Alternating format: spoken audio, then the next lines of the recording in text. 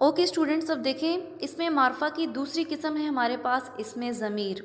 इसमें अलम पहली थी, उसको हम पढ़ चुके हैं, समझ चुके हैं। इसमें मार्फा की दूसरी किस्म है इसमें ज़मीर। ये वो कलमा होता है जो किसी इसम की जगह इस्तेमाल हो, और जिस इसम की जगह इस्तेमाल हो इसे इसमें ज़मीर इस्तेमाल हो, इसे इसमें मर्जा कहते हैं।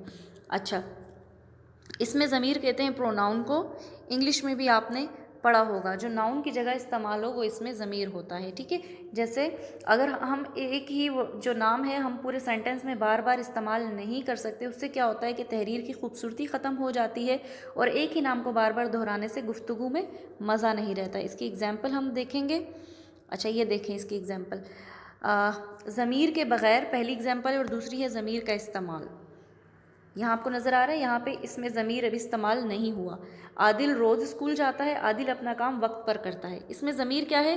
ज़मीर वो है जो नाउन की जगह इस्तेमाल हुई। यहाँ नाउन हुआ है लेकिन यहाँ दोबारा नाउन इस्तेमाल हो गया। हमें यहाँ पे इसमें ज़मीर लगाना है, हमें यहाँ पे इसमें ज़मीर लगाना है वो। इसमें ज़मीर क्या होता है? वो, ठीक है ना, जो किसी नाम की जगह इस्तेमाल हो। अच्छा, आदिल रोज़ स्कूल जाता है, वो अपना काम वक्त पर मुकम्मल करता है। इसमें वो क्या है? वो जो है वो इसमें ज़मीर है, ठीक है।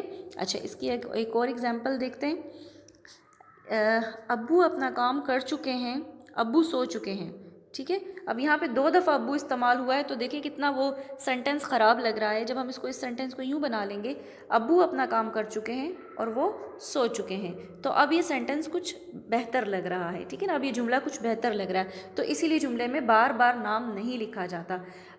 अली स्कूल जाता है, अली स्कूल पढ़ता है, अली अच्छा पढ़ता है, अली अच्छा रिजल्ट देता है, तो हम अली की जगह वो इस्तेमाल करेंगे, तो जो वो है वो इसमें ज़मीर है, ठीक है ना।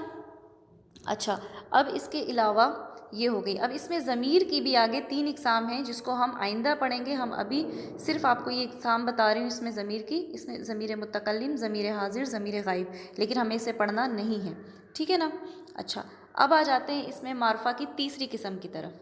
इसमें मार्फा की 4 इक़साम में से जो इसकी तीसरी किस्म है उसका नाम है इसमें इशारा। वो इसम जिससे जुमले में किसी जगह, चीज़ या इंसान की तरफ इशारा किया जाए, या किसी को भी इशारा किया जाए, तो वो इसमें इशारा कहलाता है। क्योंकि ये इशारा करने के लिए इस्तेमाल होता है, तो इसमें इशारा कहलाता है, ठीक है ना। वो वर्ड, अब वो वर्ड कौन से हैं?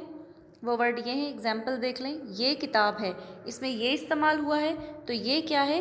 ये इसमें इशारा है, ठीक है। वो किताब है, तो उसमें वर्ड वो इसमें इशारा है। एक और है कि हम मिल के काम करेंगे, तो इस जुमले में हम जो है वो इसमें इशारा है। किसकी तरफ इशारा किया गया कि कौन मिल के काम करेगा? हम मिल के काम करेंगे, तो हम क्या है? हम इसमें इशारा है, ठीक है।